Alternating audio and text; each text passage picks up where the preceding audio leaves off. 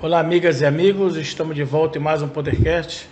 Como eu sempre digo, ou com uma convidada ou um convidado especial. Hoje estamos aqui com a vereadora do PSOL em Belém, Silvia Letícia.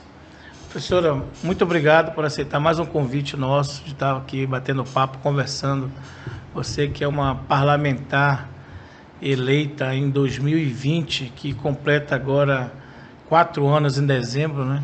Um mandato considerado por mim e por muitos como um mandato combativo e defensor dos interesses dos servidores públicos municipais e da classe trabalhadora como um todo.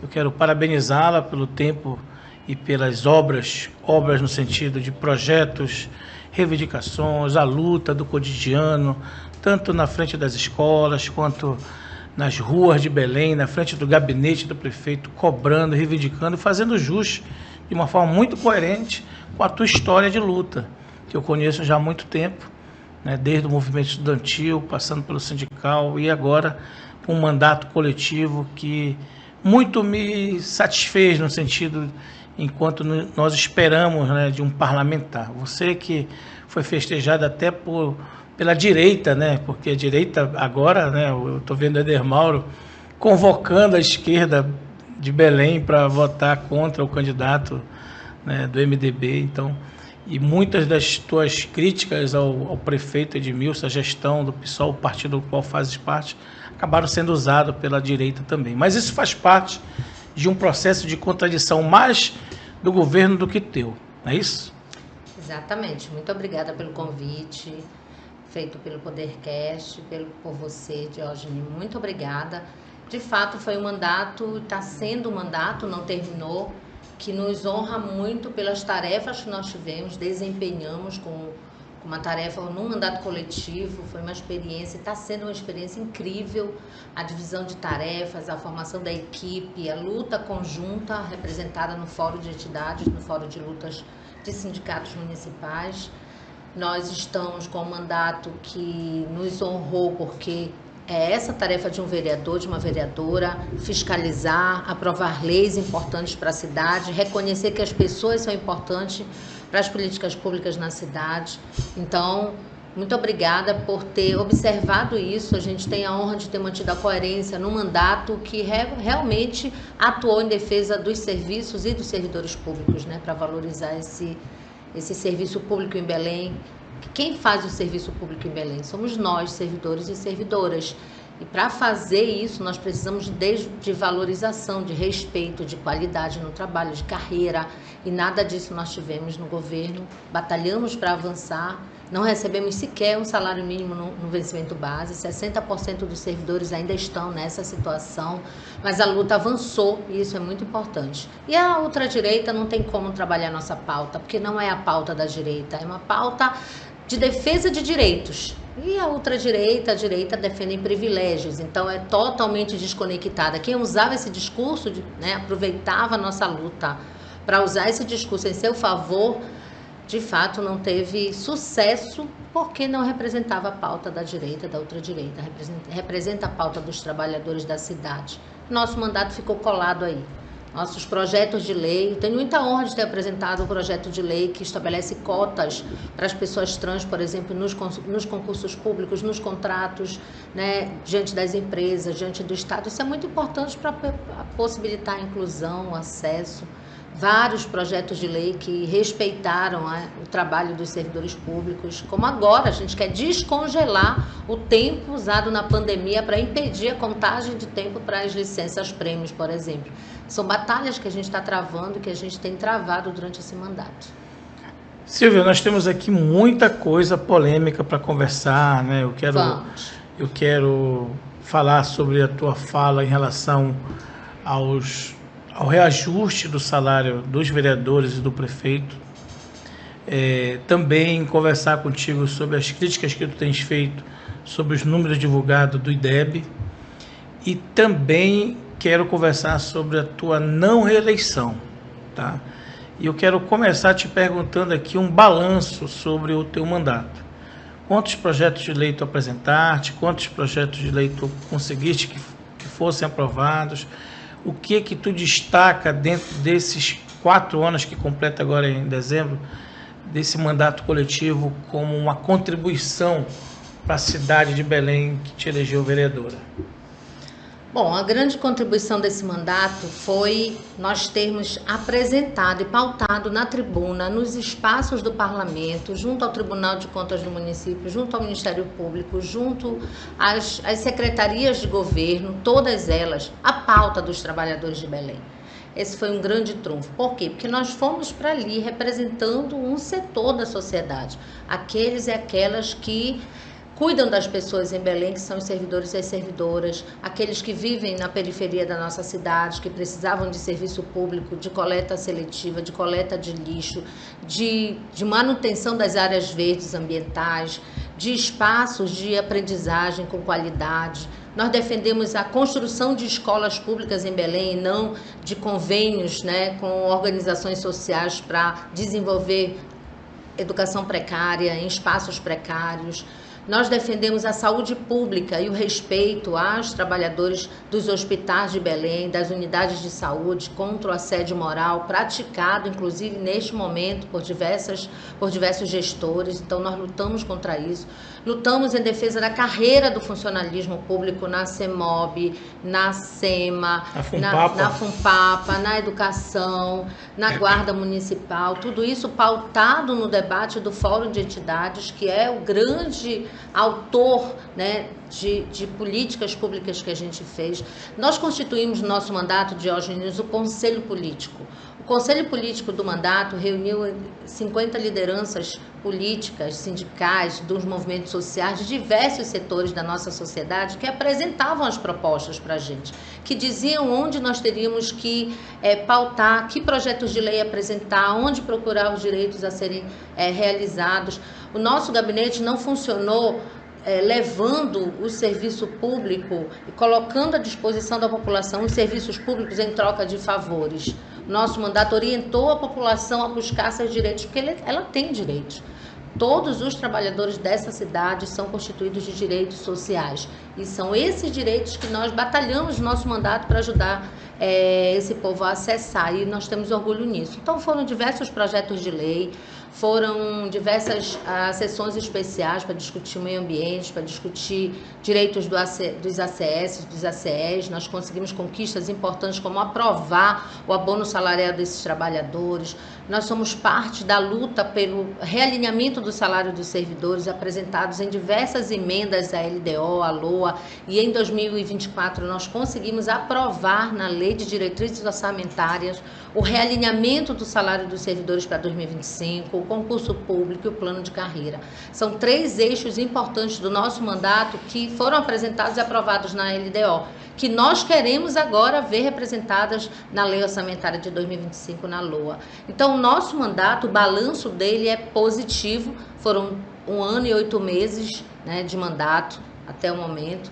Nós achamos 1 ano e 8 meses porque nós entramos, Diógenes, verdade. Em abril de 2023. Você era suplente, né? Exatamente, eu era suplente de vereadora. Aí a Vivi, né? Foi a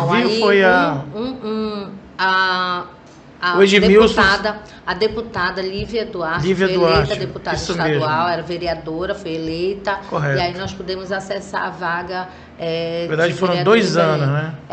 Exatamente, em abril de 2023. Mas 2 anos que foram, né, intensos, né? Com uma produção parlamentar.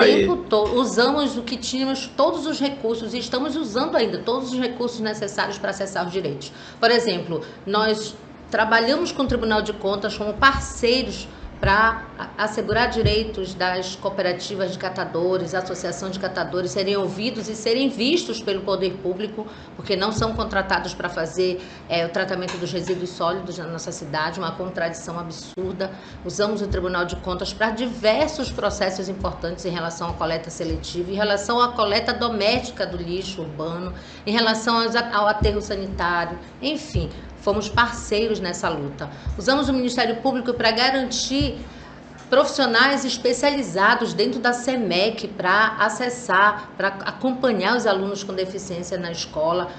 Utilizamos o Ministério Público, recorremos ao Ministério Público para também garantir isso na SEDUC, atendimento especializado para os alunos com deficiência, para reformar a escola, para garantir professores dentro da escola, porque foi uma crise a falta de professores na SEMEC.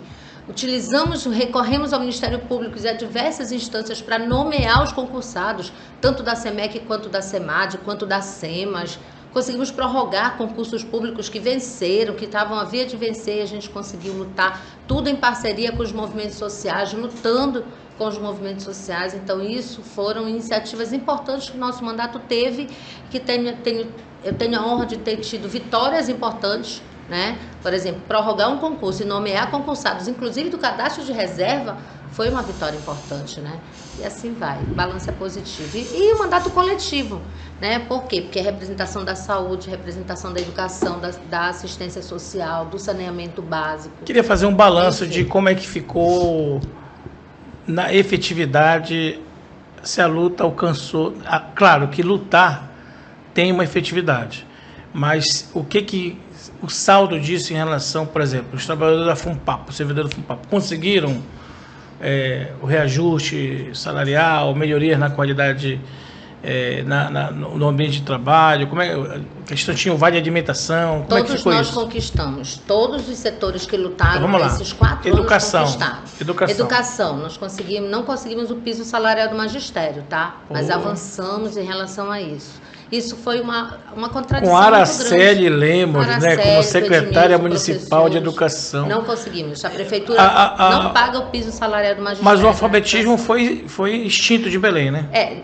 Não foi extinto. Mas essa era a promessa. Mas aí estou falando em relação aos movimentos sociais, ao meu papel de vereadora. Eu não falo enquanto governo, que faltou para erradicarem? Porque foi uma bandeira muito forte do Edmilson. Nós só vamos conseguir erradicar o analfabetismo em Belém, combater essa mazela, porque é uma política, tá? Manter parte da população aí sem acesso à educação pública. Nós só vamos conseguir quando nós ampliarmos efetivamente a quantidade, a qualidade de escolas em Belém. Esse número de escolas hoje não é suficiente, nem em Belém, nem na rede municipal, nem na rede estadual. Mas por que foi feita essa promessa, na tua opinião, Silvia?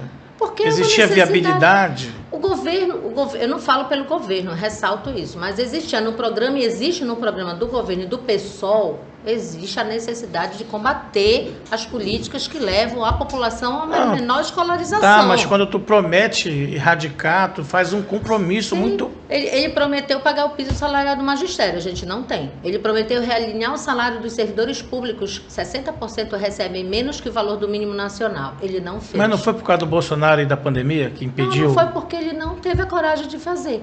Para governar em defesa dos trabalhadores, é preciso contrariar interesses. O Edmilson não topou contrariar os interesses das empresas, dos empresários, das organizações que estavam lá. E dos vereadores, né? Ele contrariou os interesses dos trabalhadores. Por isso ele não foi reeleito. Tá? Então ele fez uma série de promessas, assinou carta compromisso com a gente, com a educação, com outros setores. Não efetivou. Nosso plano de carreira unificado está aí, não avançou em nada na educação. A educação não tem um plano de carreira, por exemplo, constituído. Então, não avançou. Avançou o quê? Questões salariais, reforma de escolas. Nós conseguimos pautar várias escolas que estão até hoje precisando de reforma. Algumas foram reformadas, tá? Não foi a grande maioria, como a propaganda do governo diz. Algumas foram reformadas, mas foram muito importantes essas reformas. Assim como precisam ser outras reformadas. Não pagou o piso salarial do magistério, mas a nossa luta fez com que houvesse reajuste anual, reposição anual no salário dos professores. Nos trabalhadores da administração direta, 60% não ganham um salário mínimo. Nós tivemos que fazer 4 greves durante a prefeitura do Edmilson Rodrigues para conseguir avançar para R$ 1.044 no vencimento deles. E ampliação do vale alimentação. Nem todos os servidores recebiam vale alimentação. Nós conseguimos, com a luta do fórum, ampliar para o setor da saúde, para os ACS e ACEs, por exemplo, que não recebiam. Isso foram conquistas da luta nossa, não teve concessão de governo algum em relação Silvia, a isso. eu lembro, e é importante que a gente trate isso aqui não é para te constranger, pelo contrário, para que tu, inclusive, tenha um espaço de fala e oportunize esse espaço para te manifestar. Fique à vontade. Houve uma fala, inclusive, do próprio Edmilson, uma entrevista, a Marinô falou, a secretária se manifestou em alguns momentos, dizendo que os professores de Belém recebiam muito bem, nenhum recebia menos de R$5.000, como se R$5.000 fosse, né, digamos assim. A minha esposa é pedagoga, professora de sala de aula, assim como tu também no ensino infantil, e eu sei a dificuldade que é viver com R$5.000. E teve momentos assim, dentro dessa disputa muito acirrada, né, da narrativa política, que colocaram até o teu contra-cheque, né, exibiram o teu contra-cheque, que é uma coisa, de certa forma, que tu consideraste até antiética e ilegal, né, chamaste do gabinete do ódio, houve um dossiê que foi montado sobre isso. Eu queria que tu aproveitasse esse momento para deixar as coisas assim negritadas, digamos. Né? Então, bora. O problema não foi divulgar meu contra-cheque, porque a transparência pública está mostrando. Pode acessar meu contra-cheque. Eu tenho 2, do município e do estado. Eu sou servidora pública do município há 28 anos com doutorado, final de carreira. E sou servidora pública do estado, sou especialista em educação, com doutorado também, desde 2008. O que acaba agregando, isso, claro, né, obviamente. Eu outros tenho 2 rendimentos, vínculos, né? como 40% da minha categoria. Ela trabalha no município e no estado, 60%, porque se eu for estender para a rede privada, nós damos aula também no município e na rede privada, no município e no estado, e assim vai. Nós temos 2 vínculos. Professor, para ganhar nesse patamar que o Edmilson fala, 5 mil, 6 mil, 10 mil reais, ou 15 mil reais no bruto, tá? Que bruto não é aquilo que tu pega na tua mão para pagar tuas contas, tá? Porque a gente paga impostos altíssimos, a gente paga 27,5% de imposto de renda, a gente paga 14% de previdência social, a gente paga plano de assistência à saúde, tudo descontado na fonte, a gente paga IPMB, IPAMB, enfim. IASB agora, né? IASB, né? E a ZEP, no caso do Estado, né? Enfim. Que deixam muito a desejar. Então, são os únicos planos de saúde... próprios, de regime próprio. Não, mas são os únicos planos de saúde que recebem sem nenhum tipo de inadimplência, porque fonte. É descontado no contra-cheque. É descontado na fonte. E por que não funciona? Mas isso é outro... Não funciona porque é só a gente que paga a nossa cota à parte, né? 50% da cota do IASEP no Estado é pago pelos servidores. Os outros 50% é pago pelo Estado. Nós pagamos na fonte. Então, os inadimplentes não são os servidores, né? Então, não foi problema mostrar meu contra-cheque, porque tá lá, o salário de uma professora de 28 anos que trabalha durante 28 anos de manhã, de tarde e de noite em sala de aula. E que mesmo assim fez uma reespecialização, um mestrado e um doutorado. Por isso é importante a carreira dos trabalhadores, para que eles tenham valorização. Mas o problema foi vincular o fato de eu receber esse salário bruto ao debate do pagamento do piso salarial.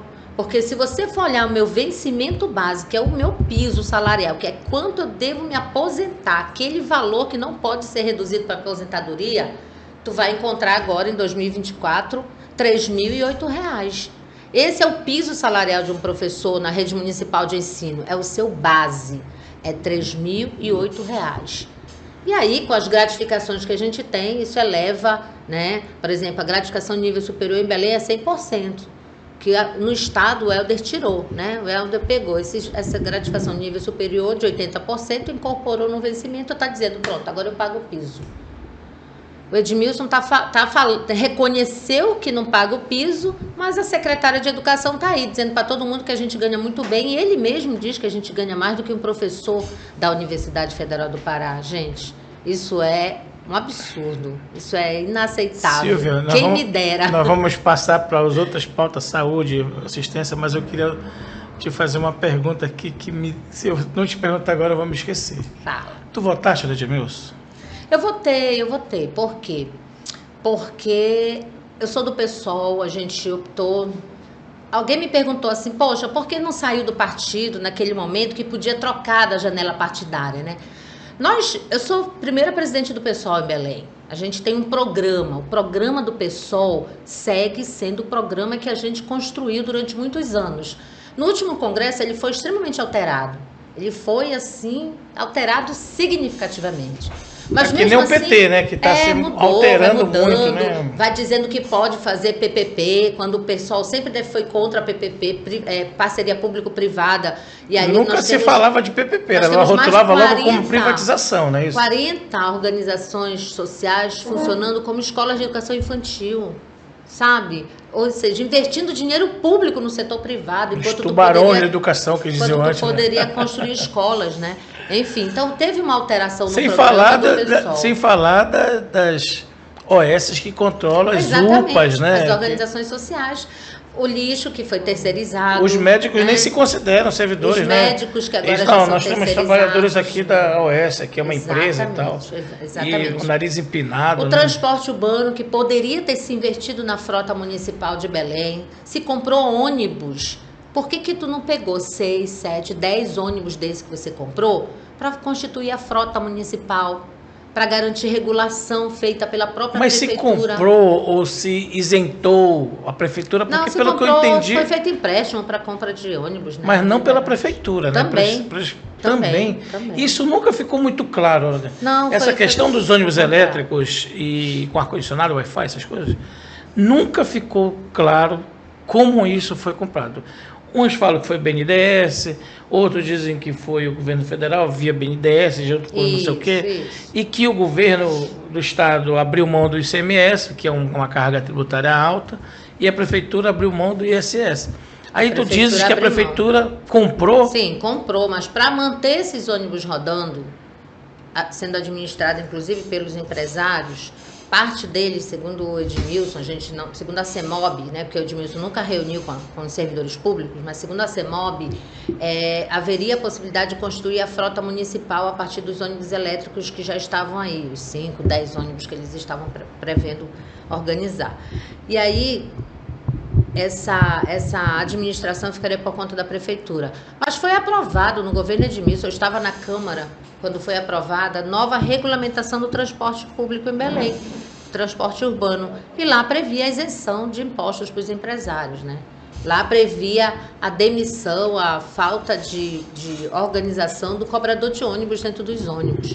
Então, enfim, mas essa política... Que nem os fresquinhos, né? Que não tinham... que não tinham aí o cara tinha cobrador. O cara tinha que sair do ônibus passando o troco, o cara que do lado tinha que dirigir e aquilo ali era ridículo. Ele tinha que dirigir porque uma coisa é o líder, os grandes supermercados, né? Extinguirem a pessoa que coloca as tuas compras na sacola. Tudo bem, tudo bem não, né? Tudo bem não, porque são vários que são demitidos. Mas ali tu não está colocando em risco... Quer dizer, não está colocando em risco a vida, nem da Caixa, nem do... E a segurança. Tu estás tensionando mais trabalho para a Caixa. Que tem que não passar o troco errado, registrar a compra e ensacar tudo. No tempo hábil. Mas no caso do motorista, daqueles fresquinhos, né? Ter que... lá vem o passageiro, ele entra no ônibus pela porta da frente, né? Aí ele dá lá sei lá, era R$3, R$3,20, aí tinha que, se desse 5, aí tu tinha que dar o troco. E nisso os caras buzinando aqui atrás, o cara tendo que passar, mas, cara, aquilo ali era uma... E os próximos ônibus que vão rodar em Belém, elétricos, serão sem a função do cobrador, porque foi extinta essa função na nova regulamentação do transporte. Então, isso aconteceu como é que no vai ser? governo. O motorista vai ter que fazer que vai ter que cobrar e dirigir. Que absurdo. Então, o programa do PSOL era Quando houve o processo de administração da prefeitura com a união dos vários partidos, quem passou a dirigir a prefeitura não foi o PSOL, foi esse conglomerado, esse consórcio de diversos partidos e lideranças que passaram a dirigir junto com a Edmilson, junto com a sua organização política, Primavera Socialista, a prefeitura. Então, naquela posição, qual era a nossa tarefa? A minha, enquanto militante, dirigente do PSOL, eu sou da direção do partido, né? Era defender esse programa. Quase tu foste expulsa, né? Chegaste a ter um pedido de expulsão, né? Está na comissão de ética, nós estávamos. Então, quando aconteceu a troca da expulsão de ninguém, partidária, sim, a gente vai chegar lá. Quando a gente chegou na janela partidária, nós tomamos uma decisão de seguir no partido. Até porque eu estava no meio de uma greve do funcionalismo público. Eu não tinha como pensar, vou trocar de partido para disputar a eleição ou eu vou seguir na greve. Não, Não, nós tivemos convite de diversos partidos. Pois aí. é, mas não te vejo muito em outros partidos. Ia pro PV, pro PT, pro PDT, pro PSB. Não iria para nenhum deles. Não iria para nenhum deles, não organicamente. A gente iria estar vinculado para uma disputa eleitoral a outros partidos que não fosse o PSOL. Mas a gente decidiu ficar, né? A gente pensamos, né, possibilidade de trocar. E agora tu também não está houve pensando em sair. Agora tá toda pensando... a política de... Não, a gente só sai do PSOL se a gente não conseguir mais nenhum espaço de debate dentro do partido. Tá? Se quiserem... nós estamos na comissão de ética do partido. Mas tu não te sente um pouco isolada? Desculpa, a palavra isolada pode te ofender, mas... Eu não me isolada, sinto isolada. Não sei, mas olha só, como tu não te sente isolada se... eu soube que a Marinô teve um recurso aí, e todas as outras candidatas ligadas ao grupo do prefeito tiveram um recurso muitas vezes maior do que o teu. Isso não é um isolamento, Silvia? Isso é uma perseguição política. Mas um isolamento... Isso é uma política para neutralizar um mandato, a reeleição. A neutralizar aquela pessoa que está na disputa eleitoral. E tu entraste em algum... Entrei no tribunal de... na Superior Eleitoral, entramos com uma denúncia crime, né? Uma notícia crime, porque isso fere o princípio da equidade, em relação à distribuição dos recursos eleitorais em Belém, que foi totalmente absurdo, né? Imagine, tu dá 30 mil reais para uma vereadora, para uma reeleição, e dá, sei lá, 500 mil declarados, 1 milhão, 8 milhões em asfalto, né? Em asfaltos aí para a candidata se eleger e se elegeu, né? Completa perseguição política. Quem foi a vereadora, a candidata que se elegeu? Marinô se elegeu, a Vivi Marinô Brito. Tiveram bastante investimento financeiro do partido. É óbvio que né, que então o partido prega a igualdade, prega todos tiveram a falta investimentos financeiros do PSOL, todos os vereadores. Eu não estou nem questionando os milhões de outros candidatos. Esse recurso que tu todos os vereadores tinham um patamar. Essa foi a resolução do PSOL. Seria o mesmo valor para todos os vereadores. Eles definiram que para nós não seria. Então o que a gente fez? A gente entrou com mandado de segurança, entendeu? Para tentar, no Tribunal Superior Eleitoral, para tentar reverter essa situação. Agora isso pode acarretar na perda de mandato delas? Não sei, a gente está batalhando aí para ter uma resposta à perseguição política que eu tive. E isso não pode ficar impune, não pode ficar assim. Eu resolvo punir uma vereadora porque ela não quis indicar cargos políticos no meu governo, ela resolveu criticar o meu governo, ela resolveu falar mal, defender o programa do partido, mesmo que o governo de composição não defendesse. Que é isso? A gente está lutando aí em relação aos nossos direitos e contra essa perseguição política. A reeleição, a não reeleição, no caso do nosso mandato, foi uma consequência de uma série de fatores, né? Imagina tu não ter o apoio do partido. Quando você fala em isolamento político, ele existe quando você não tem o apoio do próprio partido para disputar uma eleição. Foi isso que eu quis dizer. Que é perseguição política, né? Agora, isolamento político, nós não nos consideramos que isolamento político, porque quem estava isolado nessa conjuntura não era o mandato da professora Silvia Letícia, era o próprio PSOL, era a própria prefeitura, numa campanha política que não dialogou com os trabalhadores, que dizia que estava tudo muito bem, que estava avançando muito nas coisas, e a realidade mostrava que tinha muitos problemas e que a prefeitura não teve habilidade para dialogar com esses problemas, e o próprio PSOL, né, infelizmente. O próprio partido foi levado, né, nessa linha política totalmente equivocada, porque resultou numa derrota política do partido, né? Uma derrota da não reeleição dos seus vereadores, uma derrota da não reeleição daquele que representava, né, que dizia representar, né, uma parte do partido, enfim, isso foi uma consequência. O nosso mandato, ao não ser reeleito, ele significa, obviamente, uma voz a menos naquele espaço para debater os problemas essenciais do funcionalismo público, dos servidores públicos, da população que usa os serviços públicos. Essa é a grande perda que nós tivemos aí. Mas a gente segue na luta. Eu sou trabalhadora de carreira, sou professora há 28 anos, né? Vou seguir na luta, não devo nenhum favor a nenhum membro, né, do atual governo. A gente não tem essa linha política de troca de favores, negociar direitos, negociar favores. A gente tem uma postura política à frente do maior sindicato desse município e desse estado, que é o Sintep. A gente segue na direção do Sintep, segue na direção da organização das lutas, e o próximo governo vai ter que definir qual vai ser a sua linha política. Pensei que tu ia falar que nem o Zagalo, vai ter que nos engolir. Também, né? Vai ter que nos engolir, porque a gente vai seguir lutando. Vai seguir lutando muito. Então, bora falar um pouco sobre o IDEB. Tu tens feito uma crítica, uma das pessoas que mais fala disso, o Helder já deve estar de saco cheio de ouvir teus pronunciamentos com relação ao IDEB. Ele deveria só dialogar, né, com os professores sobre o IDEB. Ele não dialoga com os professores, né? Ele só fala. Mas olha, o Rosielli o IDEB dialoga, né? Não tem diálogo nesse governo, não tem diálogo nenhum. Mas ele promove alguns eventos lá no hangar, mas são eventos que tu és obrigado a participar, levando os alunos, levando o ônibus, patrocinando tudo, e ai de ti que tu faltes. Tu é obrigado a ir, senão tu tem teu ponto cortado, tua direção retirada, tua coordenação suspensa, suprimida, enfim. Existe um assédio moral institucionalizado na SEDUC. A educação do Estado não teve avanços, Silvia? Olha, os números do IDEB, eles mostraram, segundo o governo, né, segundo os números do IDEB, uma alteração disse que nós saímos de 26º lugar para a sexta posição em 2024. Mas essa informação é do governo do Estado ou do MEC? É do MEC, com as informações gestadas pelo governo do Estado. Nós questionamos isso por quê? Nós chamamos de farsa do IDEB. Por quê? Porque houve uma política que alterou a organização das avaliações, a organização do nosso fazer educacional dentro da escola. Só para tu teres uma ideia, Diógenes, nós temos professores de diversas disciplinas, história, física, matemática, geografia, educação física, arte, todas elas, biologia, todas elas, que há 2 anos atrás tinham 15 turmas, há 1 ano atrás tinham 16 turmas para ganhar um patamar salarial que hoje eles têm.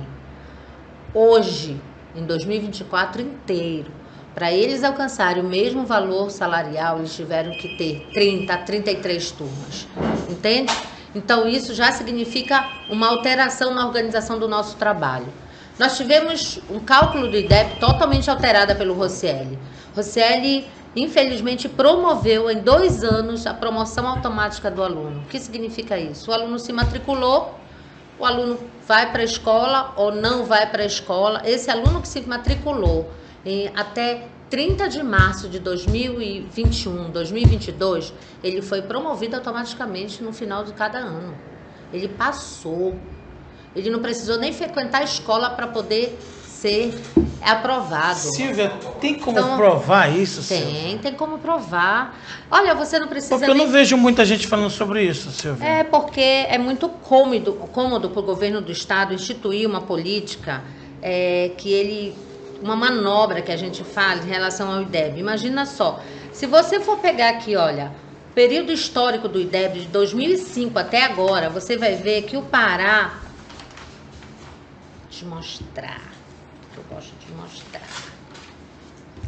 Na mesma linha política, o Pará, isso aqui é a linha histórica do IDEB.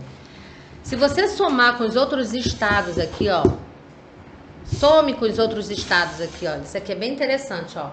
O Pará aparece na 26ª posição, se você pegar o histórico de 2005 até hoje.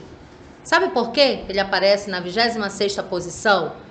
Porque os números atuais do IDEB, na 6ª posição, não batem com o percurso histórico dele. Por que não batem? Porque o Rosielli alterou, ele promoveu. Um dos critérios para ter uma nota alta no IDEB é a aprovação dos alunos.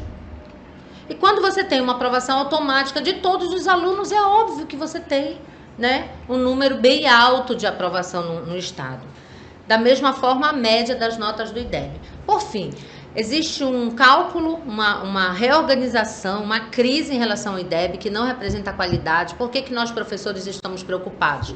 Porque o aluno, quando ele vai para a escola pública, que ele tem que aprender, que ele tem que ser colocado em situação de aprendizagem, ele é uma responsabilidade nossa em sala de aula. mesmo que essa sala de aula esteja superlotada, que a escola esteja precária, que nós estejamos com muitos alunos com deficiência, sem acompanhamento, ela é uma responsabilidade nossa. E ao deixar de ser uma responsabilidade nossa, essa aprovação automática ser uma decisão da SEDUC, contrariando o nosso processo de trabalho dentro da escola, aí ela passa a ser uma responsabilidade do próprio governo do Estado. Então, entende? O processo pedagógico foi tirado, o poder de cátedra foi tirado das nossas mãos na definição do processo de aprendizagem do aluno e passou para a mão do Rocieli. O governo implementou uma política de bonificação agora, que o secretário de Educação vai receber 70 mil reais. E um professor de sala de aula vai receber 15 mil, 12 mil reais na bonificação dele. Para ele fazer uma política de bonificação, o governo Helder teve que retirar 5, 6 mil reais de salário de trabalhadores readaptados de professores, afastados para aposentadoria. Então, tudo isso está envolvendo a farsa do IDEB. Tudo isso está mostrando que para aparecer um bom governo, para aparecer na propaganda um bom governo, há muita precarização do nosso trabalho, há muito ataque ao nosso trabalho. Entende? Há muita violência em relação ao nosso trabalho. Nós estamos vivendo uma situação de assédio moral permanente em escolas desestruturadas, em escolas que estão promovendo uma série de insegurança às nossas vidas. A minha escola, a semana passada, a minha escola, ela teve o ar-condicionado que pegou fogo, estourou o telhado, estourou a cadeira dentro da sala de aula e a mesa. E isso é uma política. Porque quando tu não investe na qualidade do espaço escolar, na reforma das escolas, de fato, tu não consegue ter um aprimoramento no processo de aprendizagem. Então, não é verdade que a gente avançou qualitativamente no processo de ensino-aprendizagem. O governo está fechando o ensino noturno nas escolas. A cada ano vem diminuindo o acesso do aluno à escola pública no noturno, que são alunos trabalhadores. Ele está fechando a EJA, tanto no fundamental quanto no médio. São menos escolas. Está fechando escolas do campo. Como é que está avançando se está fechando escolas? Como é que está avançando numa qualidade da educação pública se você não tem bibliotecas funcionando, laboratórios funcionando, se o tempo integral está esvaziando a permanência do aluno dentro da escola? Então, você tem que ter uma política para reverter de investimento efetivo nas condições de trabalho e na valorização. Então, são esses questionamentos que a gente faz. Por que aumentou o IDEB? Porque ele alterou, com aprovação automática e com a garantia, o reforço escolar que ele fez em sala de aula, nas escolas, para que o aluno pudesse tirar boas notas e tirar uma média, porque a nota não é o valor da nota que o aluno no acerto de coisas, de questões que ele faz, é a presença dele para fazer a prova. Silvia, mas olha só, eu vi um esforço do governador junto com o secretário de Educação, Rocieli, em fazer com que o IDEB pudesse crescer. E eles foram muito transparentes de como eles fariam isso, na minha opinião. Ele disse, se nós não conseguimos fazer isso só com o salário dos servidores da educação, desde a diretora, o técnico, o educador, nós vamos então premiar os alunos que tiverem frequência e premiar com dinheiro, esqueci o nome do programa, tá na mão, uma coisa assim, e também premiar com um bônus os diretores, os servidores, os educadores. Isso ocorreu. Isso não acaba incentivando com que o aluno mantenha a frequência, não deixe de faltar, e os professores também se empenhem para melhorar essa nota? Isso não é fruto também dessa estratégia, que eu não estou aqui para julgar se pedagogicamente é bom ou não, não é esse o meu objetivo aqui. Estou te entrevistando, é você que vai falar sobre isso. Mas eu vi esse movimento que deixou muito claro que seria através de um reforço financeiro, né, na estrutura, né, de quem faz a escola, o chão da escola que a gente chama, né? Uhum. E isso não interferiu nesse crescimento? Tu não achas que isso também foi um elemento propulsor? Nós ainda não tivemos o impacto, dessa política de bonificação, tanto ao aluno quanto ao professor, nesse resultado. Por que nós não tivemos ainda esse impacto? Porque é verdade que ele ofereceu um bônus para que de R$10.000, inclusive tinha aluno que poderia receber R$10.000 em auxílio moradia, não é em dinheiro na mão dele, tá? É em auxílio moradia, para que ele pudesse frequentar a escola, caso ele tivesse uma boa nota, tirado mais de R$800 na prova, na provinha no Prepara, na prova do Enem, na redação do Enem, enfim. Isso foi muito seletivo, primeiro que não foi para todos os alunos, tá? Não foram todos os alunos que tiveram acesso a esse recurso. Ele também incentivou um pequeno valor de R$100, R$150, para que o aluno pudesse se matricular nas escolas e permanecer. Ele até conseguiu essa matrícula. E foi isso que foi importante a estratégia do Rocieli, porque ele conseguiu essa matrícula no ensino médio. E aí você recebe mais recursos, né? Não, os alunos vieram se matricular. Agora, permanecer, eles permaneceram de forma automática. Nós temos evasões muito grandes. Tem números? Temos números. Eu não posso falar por todas as escolas, porque a gente precisa fazer esse levantamento dos 2 últimos anos. O Sintep poderia ter feito já isso, né? Dos 2 últimos anos. Mas nós temos realidades, por exemplo, eu trabalho em escola pública. Nós temos uma política o tempo todo de estar garantindo esse aluno dentro da escola, não porque ele vai receber um dinheiro, porque ele nem recebe. Como eu te falei, alguns recebem um auxílio moradia, tá? Se ele tiver uma nota 800 na redação, tá? Mas eles incentivaram no início do ano aqueles alunos a se matricularem, dizendo: vocês vão para a escola que vocês vão receber R$100, R$150, dependendo da série de vocês. Os alunos vieram se matricular. Nem todos eles receberam, tá? Mas nem todos eles permaneceram até o final na escola. Porque a escola, para garantir o aluno presente na escola, tem que ter condições de funcionamento. Essa foi uma estratégia para elevar o valor do IDEB, você está correto. Para elevar os números de alunos matriculados. Como eu te falei, foi feita a promoção automática desse aluno. Mesmo que ele não tenha frequentado a escola, ele foi aprovado para o ano seguinte. Eu tive aluno que foi se rematricular esse ano, que parou de estudar ano passado, na primeira etapa, ele foi se rematricular na primeira etapa. Quando eu cheguei lá, não, você não está mais na primeira etapa, você já está na segunda, você passou. Ele nem sabia. Aí ele nem sabia, ele já foi direto para a segunda etapa. Ele nem frequentou a escola, isso aconteceu. Isso aconteceu. Então é isso que eleva o IDEB. Se você não está preocupado com se é verdade que ele quer mostrar o número, ele mostrou o número, ele está incentivando. Ele incentivou a matrícula, mas ele não incentivou a permanência. No caso do professor, nós não somos contra a política de bonificação, tá? Mas nós achamos que a bonificação tem que ser justa. Se é para bonificar todos os trabalhadores da escola, que eles sejam aqueles que passam a prova, que organizam as turmas, que buscam os alunos, que distribuem a alimentação, que garantem uma boa alimentação, mesmo quando a SEDUC não manda o tempero, não manda a proteína, eles garantem isso dentro da escola, que vai atrás do aluno quando ele está ausente, que organiza a escola, esse tem que ser valorizado. E não os assessores, superassessores e secretários de educação, gente. Os assessores receberam 60, 70 mil reais.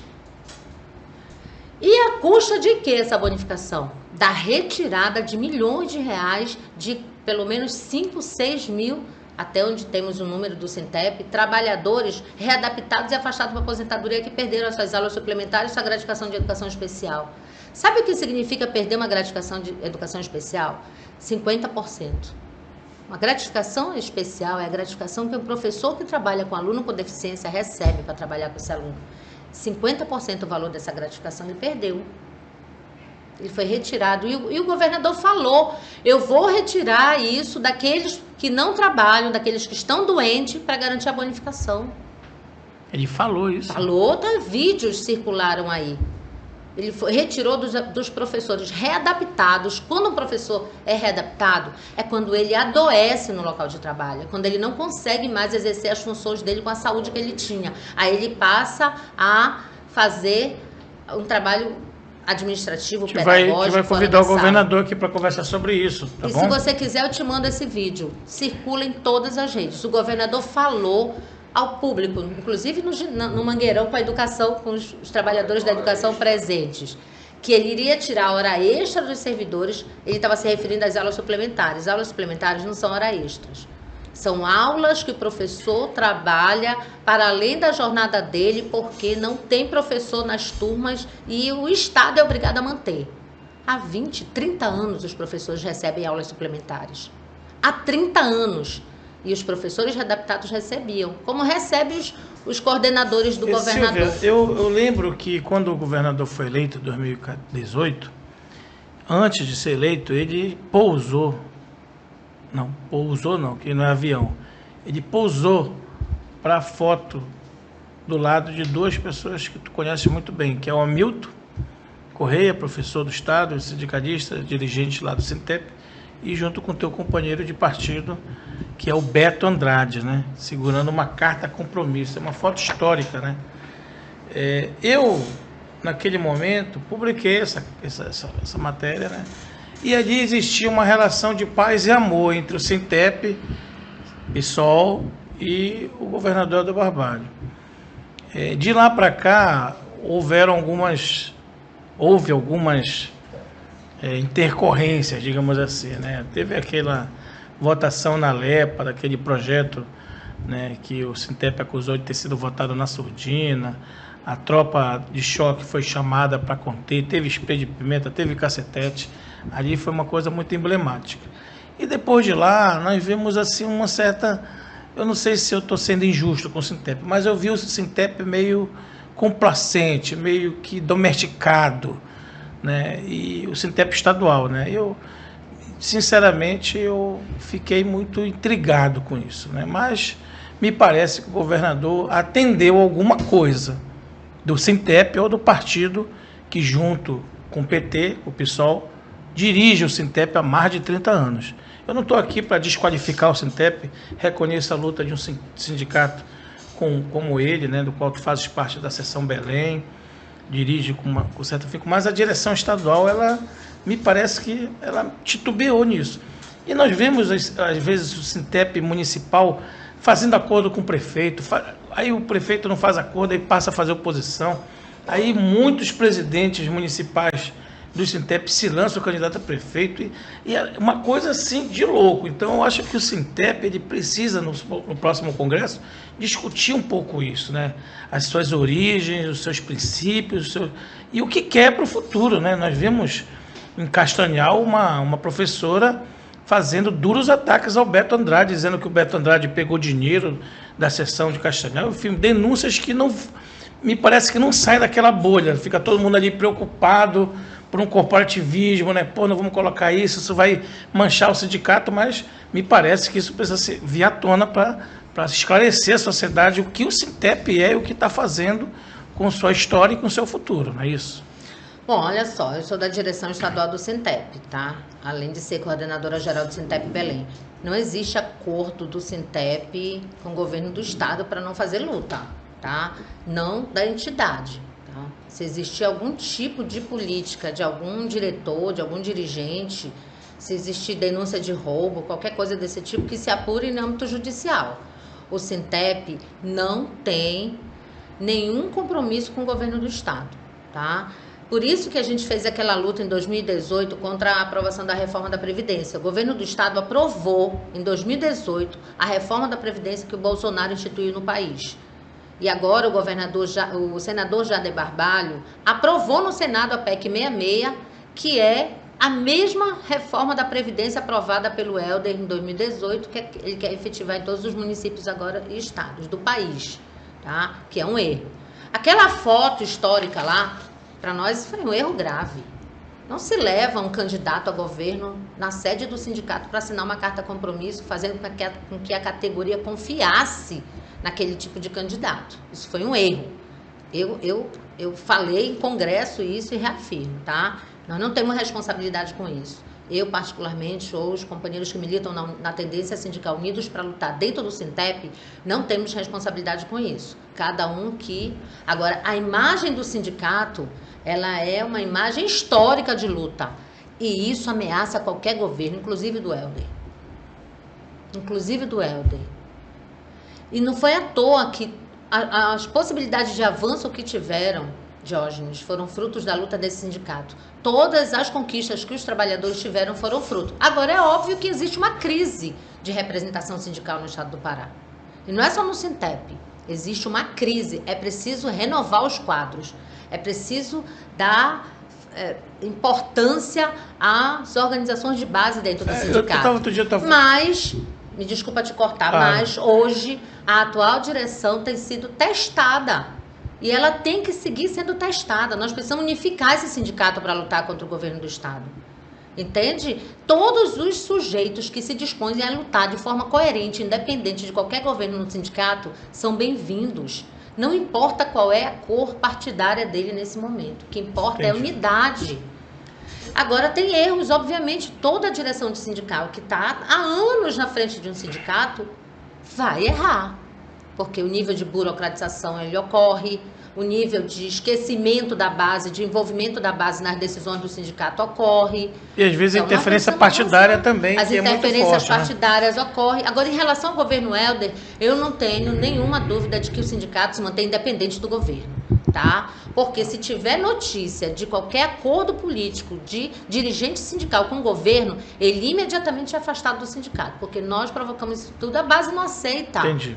Entende? Entendi. Então não tem, apesar de terem a forma de lidar, apostando na negociação, vai mais para negociar A ou B, para fazer com que a categoria seja recebida, não vai para o enfrentamento direto, entendeu?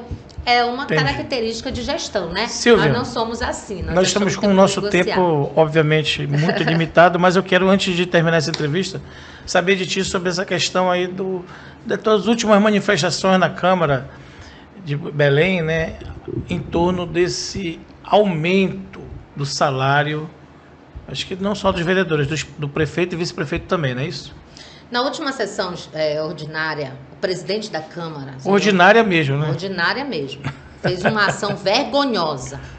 Ele colocou para votar o reajuste do salário do próximo prefeito, do vice-prefeito, dos seus secretários e dos vereadores. Mas ele avisou vocês que ele ia fazer isso, não avisou nada, Diógenes. Ele simplesmente chegou lá e disse assim, vamos colocar para votar o projeto. Tá aqui, ó, eu até trouxe. De quem é o projeto? De quem é o projeto? Vou colocar para votar os projetos 685 de 2024, 940 de 2024, 937 de 2024, 93... Foi lendo tudo isso aqui, Diógenes. Vai virando a página. Ele foi lendo tudo isso aqui, foi lendo todos. 155 de 2022, 1051 de 2023. Qual é o do aumento? Tá vendo aí, ó? Vai lendo. Tá, qual é o 18, aumento? aí vai lendo, né? Certo. 1332 de 2024. Não, mas qual é o... 1332 de 2026, 27... 24. 1332 de 2024, 1096 de 2024, vamos colocar... E a gente lá... Eu quero logo chegar nesse momento, quero saber quem é o vereador que propôs. E a gente lá tentando... Não foi da comissão executiva da Câmara. E a gente mesa, então? Da mesa diretora. Não é o conjunto da comissão executiva da Quem casa. É que compõe a comissão executiva da Câmara Municipal de Belém? O John Wayne definiu do gabinete dele. Ele é o presidente. Fazer isso aqui. Mas junto com quem? Não, junto com os assessores dele. Então não é, junto com a mesa o projeto diretora, do John Wayne. Junto com outros vereadores. Teve vereador que disse assim, peço que não haja leitura dos pareceres dos projetos em votação. Enquanto isso, a gente estava atrás da pauta. Ninguém tinha essa pauta. Essa pauta só chegou na nossa mão na hora da votação. Aí tu procura o que está sendo votado. Votou. A maior palhaçada que aconteceu na última sessão ordinária. E legal, né? Simplesmente votou sem ouvir nada, sem apresentar a pauta, sem os vereadores saberem que eles estavam votando. O Ministério Público já entrou no caso? Nós acionamos já diversas instâncias para ver se a gente consegue revogar essa votação aqui. Só que eu vi falando contra isso foi tu e o Fernando Carneiro. Fernando, ele é presidente da Comissão de Finanças da Casa. Deveria passar por lá. Ele alega não ter sido nem consultado.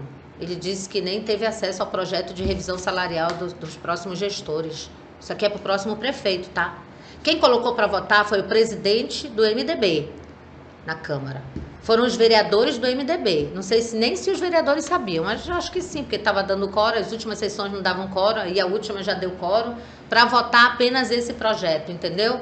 Então, nós estamos reagindo em relação a isso, achamos um absurdo os vereadores votarem, não sabemos qual o percentual de aumento da próxima legislatura, não sabemos qual o percentual de aumento do salário do próximo prefeito. Está muito obscuro, né? Está extremamente obscuro. Ferir o regimento da casa. Um vereador não pode votar um projeto sem saber o que está sendo votado. E nós não sabíamos nada, nem a pauta que está aqui na minha mão agora. Eu só consegui pegar isso na hora da votação. Olha, eu vou convidar o vereador Joênia, que é presidente da Câmara, né, reeleito, né? Convide, nós estamos com um problema na Câmara, os vereadores que não foram reeleitos, alguns, né, pelo menos a bancada do pessoal está sendo muito atacada, ele retirou, ele promoveu agora a retirada de salário dos assessores, dos nossos assessores. Por quê? Porque não tem explicação, ele resolveu tirar, retirou o salário. Então eu tenho meus funcionários, por exemplo, que ganhavam, meu motorista, minha advogada, meus cargos técnicos, porque cada vereador pode indicar os seus assessores. Os nossos assessores tiveram um ataque brutal porque foram retirados os salários desses servidores.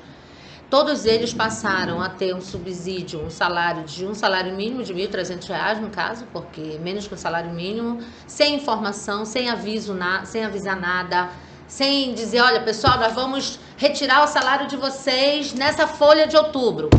Os servidores receberam, foram olhar suas contas e tinha menos R$ 1.200, R$ 1.300.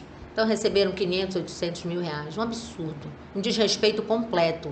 Eu ainda sou vereadora da Câmara de Vereadores. Eu sou vereadora de Belém até 31 de dezembro. E o dinheiro não é do presidente, né? Não é do presidente. E se nós formos olhar os subsídios do presidente, você não vai acreditar. Existem subsídios altíssimos ali. Enquanto uma vereadora recebe 25 mil, 50 mil para um subsídio para contratar não, porque não é o vereador Mas que o presidente precisa ter mais gente também, né, Silvia? Precisa, mais 100, 200, 150 mil de subsídio, é isso? 250 mil de subsídios, inaceitável isso. Olha, eu quero convidar o presidente da Câmara Municipal de Belém, o vereador Joênia, com todo respeito, para poder, né, se for o caso, rebater ou então esclarecer as informações que estão sendo repassadas aqui pela vereadora Silvia Letícia, né? São acusações muito graves, né? E que eu acho que precisam de esclarecimentos para a luz, né, da prestação de contas da sociedade. Afinal de contas, quem paga o salário de presidente, governador, senador, deputado, sociedade, vereador, presidente da Câmara, inclusive o teu, somos nós, os cidadãos, né, os contribuintes. E nós estamos solicitando isso, viu? Nós já acionamos diversos órgãos de fiscalização para jogar luz sobre essa questão, porque nós não aceitamos que os funcionários, que os trabalhadores sejam penalizados por conta da decisão monocrática do presidente, tá? Que tem problemas, por exemplo, nós vamos votar a LOA agora, tá? A Lei Orçamentária Anual, vai ser votada agora até 15 de dezembro.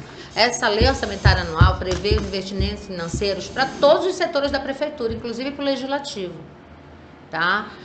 Foi feita uma previsão de 136 milhões para 2024 e a despesa já é de 137 milhões. Então há que se prestar conta também dessas coisas de forma muito mais transparente, né? Nós vamos votar na LOA agora o realinhamento do salário dos servidores. Nós esperamos que isso ocorra, que a lei orçamentária enviada para a Câmara agora para ser votada pelo prefeito Admilson Rodrigues traga o realinhamento do salário dos servidores, o concurso público para 2025, os planos de carreira que precisam ser efetivados, a valorização tanto sonhada que foi votada pelos vereadores. Nós queremos que agora eles ressaltem isso e garantem isso. No dia 24 agora, quinta-feira, às 10 da manhã, às 9 da manhã, nós estaremos na Câmara dos Vereadores num ato público geral de servidores públicos, de trabalhadores, questionando esse aumento abusivo, essa votação. Nós achamos que o prefeito ele tem que vetar, ele não pode votar o aumento do salário dos vereadores do próximo prefeito, enquanto os servidores públicos ganham menos que o salário mínimo.